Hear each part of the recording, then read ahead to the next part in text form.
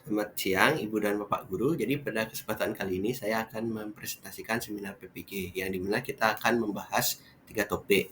Yang topik pertama, pengalaman yang paling bermakna. Jadi di sini pengalaman yang paling bermakna yang saya alami ketika saya menemukan beberapa poin pembelajaran bermakna dalam CRT yang memiliki keterhubungan untuk menciptakan lingkungan belajar yang diinginkan semua orang. Dari sana saya akan menjelaskan komponen yang membentuk lingkungan belajar beserta karakteristik baik-baiknya. Jadi ekosistem.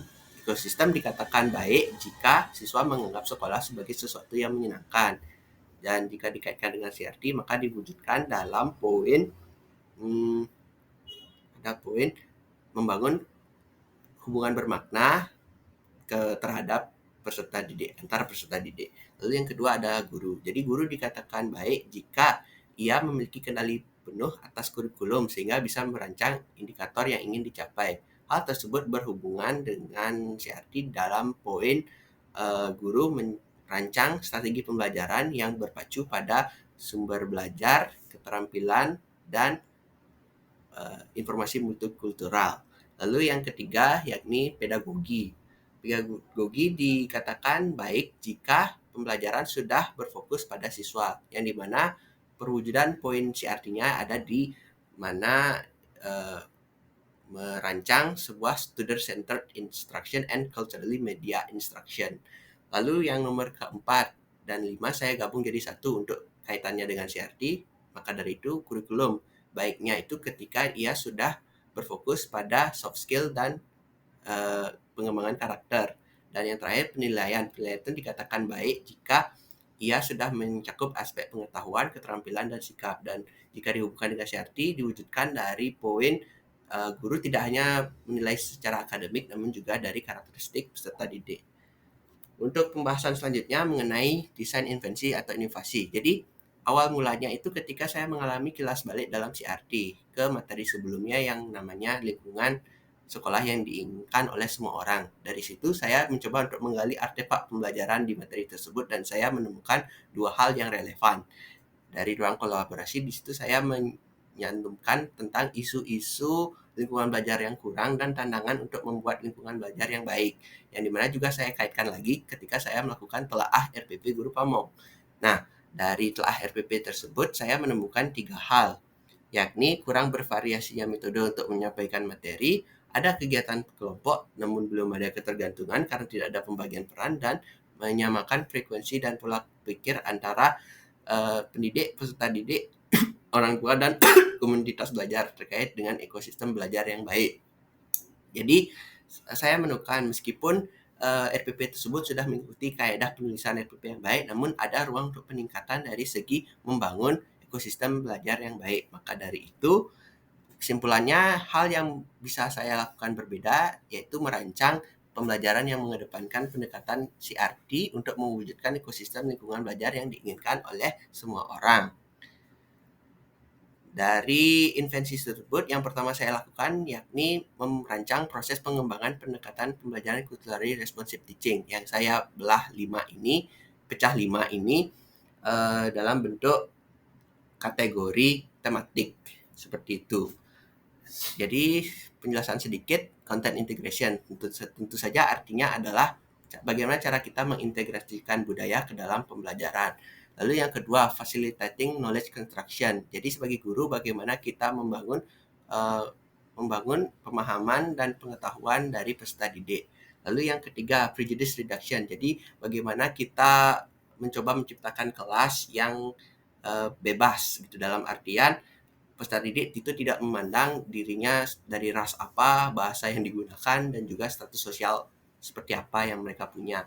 Lalu dari social justice itu kita sebagai guru ingin menciptakan sebuah suasana kelas yang dimana para peserta didik itu dapat menyampaikan pendapatnya atau menanyakan suatu pertanyaan yang ia tidak mengerti. Dan yang terakhir yakni academic development, yang dimana kita sebagai guru itu mencoba untuk mengembangkan akademik siswa dengan cara membuat strategi pembelajaran yang berpacu pada gaya belajar, karakteristik peserta didik, dan latar belakangnya. Nah, baru kita ke pembahasan terakhir mengenai rencana tidak lanjut yang ingin saya lakukan. Jadi dari kategori tematik yang saya jelaskan tadi, saya pecah lagi ke dalam sebuah indikator yang juga saya akan jelaskan apanya namanya itu ya. Boleh ngomong gitu ya? Oh, apa ya namanya itu ya gitu. Apa namanya itu ya gitu. Nggak bisa ya Gus, lupa gitu. Apa ya namanya itu ya gitu. Boleh ya. Jelaskan wujud kon, kon, wujud operasionalnya. Yang saya ingin yang juga saya akan jelaskan wujud operasionalnya. Kita mulai dari pernyataan konten dari budaya lain. Jadi wujud operasionalnya adalah dengan cara membuat skenario roleplay yang dikaitkan pada tradisi atau kehidupan siswa sehari-hari. Lalu memelihara hubungan positif antara guru dan siswa, yang dimana wujud operasionalnya yaitu dari guru memantau setiap tugas siswa pada setiap pembelajaran atau merespon pertanyaan dari siswa. Lalu memberikan harapan yang tinggi.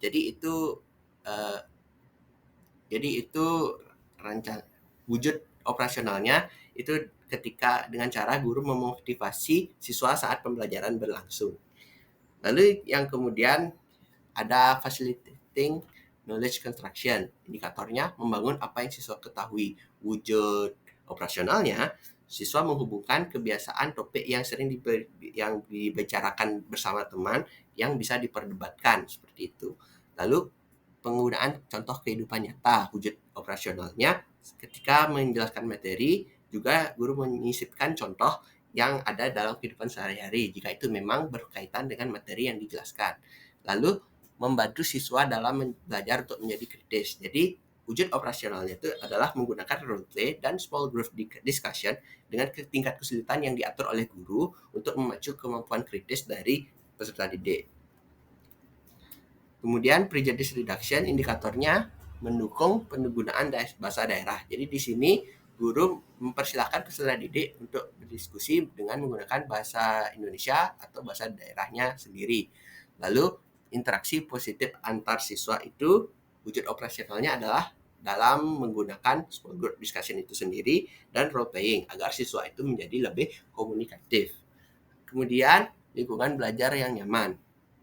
Itu wujud operasionalnya yakni menggunakan pendekatan teaching at the right level yang dimana siswa yang pintar itu dapat membantu koleganya yang mengalami kesulitan dalam pengertian tugas. Dan juga di sana juga sok improvisasi. Dan terakhir social justice. Indikatornya kesediaan guru untuk bertindak sebagai agen perubahan. Jadi wujud operasionalnya itu ketika skenario roleplay yang dibahas itu membuat siswa menjadi penasaran untuk menemukan solusi permasalahan di lingkungan sekitarnya dan lalu mendorong siswa untuk menanyakan dalam rangka memenuhi kesadaran dalam mengkritik. Jadi di sini wujud operasional adalah guru selalu memberikan kesempatan kepada siswa untuk bertanya mengenai apa yang tidak ia pahami.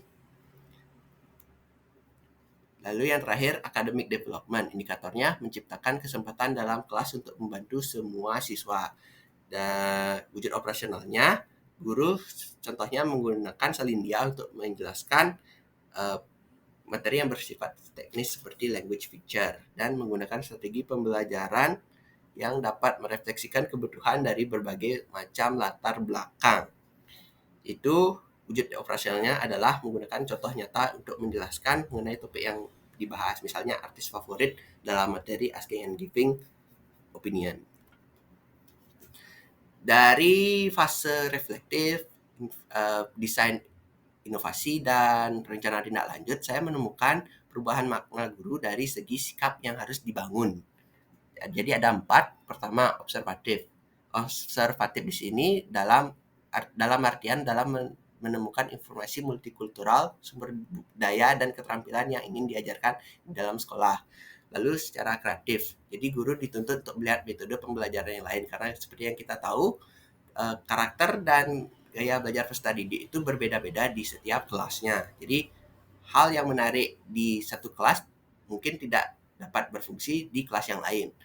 Kemudian kolaboratif, jadi menciptakan lingkungan kelas yang positif agar mereka itu merasa aman meskipun mereka memiliki latar belakang yang berbeda-beda. Dan yang terakhir reflektif, yaitu pengajaran mencerminkan peserta didik dari segi kognitif dan non-kognitifnya.